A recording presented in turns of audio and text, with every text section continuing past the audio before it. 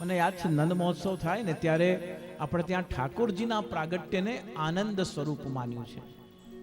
એટલા માટે શ્રી ગુસાઈજીએ શ્રી મહાપ્રભુજીનું પહેલું નામ જ આનંદાય નમઃ, પછી પરમાનંદ, પછી શ્રી કૃષ્ણાસ્યાય, પણ પહેલું નામ આનંદાય નમઃ.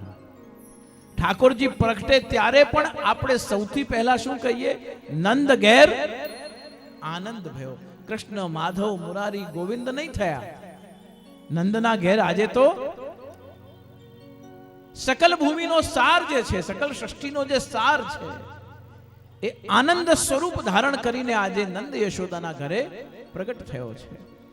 અને જ્યારે પ્રગટ થાય ત્યારે નંદ ભવનના આંગણમાં જશોદાજી નંદરાયજી સુંદર રત્નજડિત પલ્લામાં ઠાકોરજીને પોઢાવીને અને બ્રજવાસીઓ જે દહીં દૂધ ગોરસ લઈ આવ્યા છે એ બધાની સાથે મળીને આજે શ્રી નંદ ભવનમાં મહામહોત્સવ, જે મહોત્સવનો તીર્થરાજ છે, એ નંદ મહોત્સવ ઉજવવા જઈ રહ્યા છે.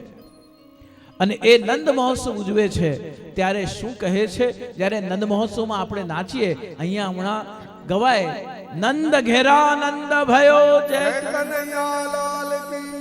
હવે બાજુમાં બેસેલો પૂછે કે આ નંદ ઘેર આનંદ ભયો જય કનૈયાલાલ કી, ત્યાં સુધી તો બધું સમજાઈ રહ્યું છે, પણ પછી એની આગળ શું બોલીએ? હાથી દિયે ઘોડા દિયે ઓર દિયે પાલખી. તમે કોઈને હાથી આપ્યો આજ સુધી? નાચી નાચીને હાથી દિયે ઘોડા દિયે, નથી પાલકી આપી, નથી ઘોડો આપ્યો, નથી હાથી આપ્યો. ખોટું ખોટું ઠાકોરજીની સામે.